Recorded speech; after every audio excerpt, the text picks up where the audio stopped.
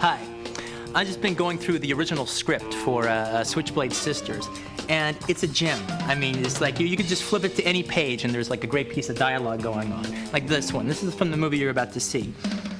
Everything was great before Maggie came around. It's Maggie, ain't it? She ruined it all. Everything was lousy. You were lousy. This whole gang was lousy. Just great. Okay, again, another one. Let's see. She's rotting you from the inside, Lace. The girls listen to her while you've been in the hospital. Nobody takes what's mine. If Maggie wants blood, she'll get plenty of it. And on and on and on and on and on. This is so far one of the funnest films that we've got releasing through the Rolling Thunder video collection.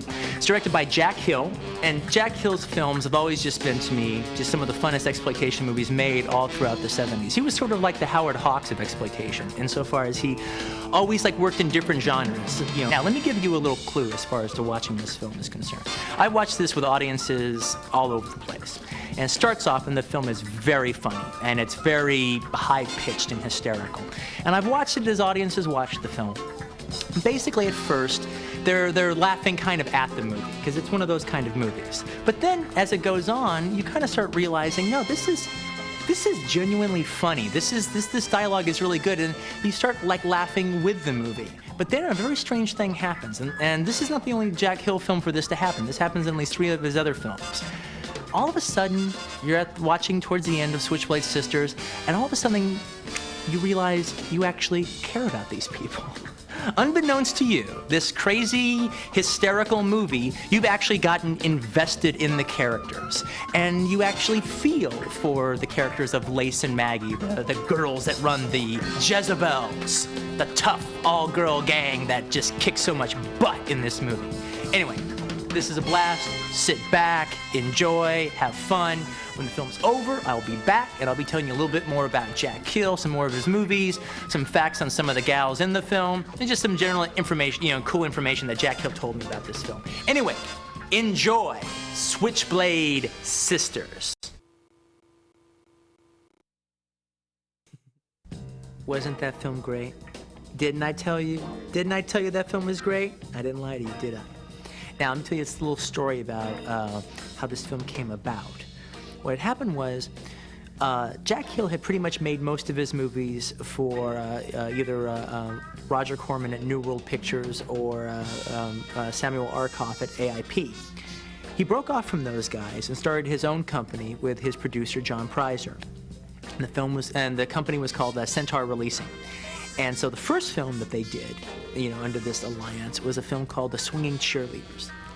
And it was a smash. It did so well. It traveled through all the drive-ins of the South and in the North, and it was just a big hit. In fact, if you've ever seen The Thin Blue Line, you'll remember in that documentary, the drifter says at the time that the murder was happening, he was in a drive-in watching a cheerleader movie. Well, The Swinging Cheerleaders is the movie in that movie that he's watching. And if you've seen The Thin Blue Line, you'll see scenes from the Swinging Cheerleaders playing on the drive-in screen. Now, that was such a hit that they decided to get together and do another film right afterwards. And the distributors were happy to, have them do another film because Swinging Cheerleaders was so successful. That film was a film called The Jezebels, which obviously Switchblade Sisters. All right, the whole film was called The Jezebels. That's how this title it was shot under. That's what they did it. Anyway, the way they used to release exploitation movies back then is they would take them from town to town to town. Kind of schlep them around, spend a little bit of money in this market, take them to St. Louis, spend a little bit of money in this market, take them to Baltimore, spend a little money in that market. Anyway, they open up The Jezebels.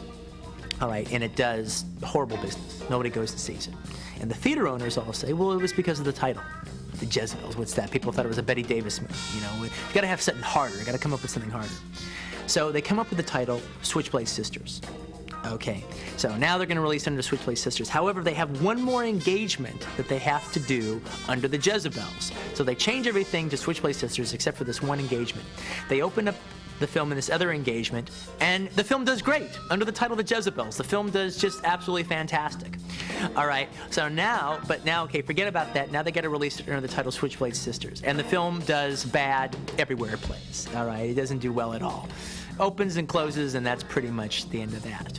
Personally, I have to say, while Jezebel's is a little bit more organic, organically organic to the story, I actually like the title Switchblade Sisters better. I think it still describes the movie wonderfully. It makes no mistake about the kind of movie it is. Now, Switchblade Sisters is an exploitation film. Let me kind of just explain to some degree what exploitation cinema is, or at least what it was in the 60s and 70s. Why they called it exploitation was because there were films that basically didn't have big stars or big production values. They had elements in there that you could exploit, either sex, violence, action, things like that. That would make a snazzy movie poster. And inside of exploitation films in the 60s and 70s, there were many different genres.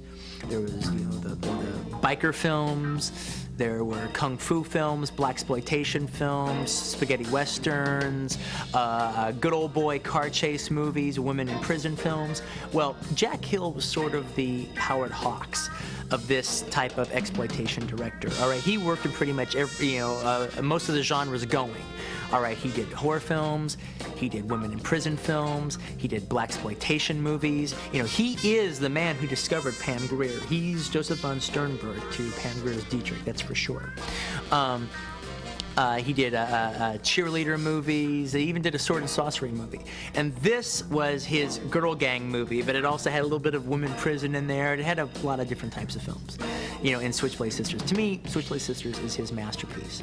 And one of the things that makes Jack Hill so exciting, and what makes a lot of these exploitation filmmakers exciting, was they were coming at film with a commitment to movies. And basically, when you'd make a deal with somebody like a Roger Corman or whatever, is you can make the film you want to make as long as you deliver it inside of a stock car racing movie, or as long as you do it inside of a blaxploitation movie. Well, I want to make the Battle of Algiers. Okay, set it in Watts and make it about a bunch of black revolutionaries. All right, but if you do that, you can do whatever movie you want to make. Jack Hill would take these, assignments that he was given, and he was never looking forward to do these movies. He just took the next assignment coming on. But then by the way he wrote them and the way, he worked in with this, all of his films have the same kind of comic rhythm that Switchblade Sisters has. He built something meaningful out of it. And yeah, they're fun, and yeah, you're hooting and hollering and you're having a good time, but as the movies go on, you realize, the fun is not random. It's not just a mistake. No, it's building on. The film has rhythm. You're building on the jokes, and there's a very interesting dialogue rhythm going on in Switchblade Sisters, where it's normally dialogue is built to a rhythm of pitch. That's the way my dialogue usually is. It's da da da da da da ba. All right. He's building a musical beat with the dialogue, and then undercuts it, all right, by throwing more or less a word that is the equivalent of a bad note at the end of the crescendo. So it's on the beat, off the beat, constantly. That's why one of the reasons why this movie, the dialogue sounds so strange, because it seems to be building up a rhythm and then purposely, backs it up. Now, another interesting thing about the way Jack Hill conceived this movie is Jack Hill was always taking Jack Hill is a Shakespeare aficionado, and he was always using Shakespeare as the basis for his movies. All right, at the end of Coffy, when the main bad guy is trying to convince Coffy to come back to him, that's Richard III. That's the last scene in Richard III. All right, Switchblade Sisters is Othello. It's set up straightforward. It's Othello, and Patch. All right, Monica Gale in the film is basically, without a doubt playing Iago. And not only is she playing Iago, she's playing Iago great. As far as I'm concerned, she's one of the best Iagos in film history. She does a great job with the film. And it's and so the whole film has this kind of Othello structure to it. Jack Hill, some of the other films you can get if you like his stuff, The Big Birdcage, The Big Dollhouse, both starring Pam Grier, all right. Then the two big Pam Grier vehicles, Foxy Brown and Coffy being the best. But recently they just came out with the Foxy Brown soundtrack by Willie Hutch on CDs. Got to get that one. It's a great soundtrack. All right, as well as Pit Stop is a stock car racing movie. Spider Baby, probably his strangest movie that he's ever done, starring Lon Chaney Jr. and the Swinging Cheerleaders. All right, if you like this film, you see the film that led up to it, the Swinging Cheerleaders.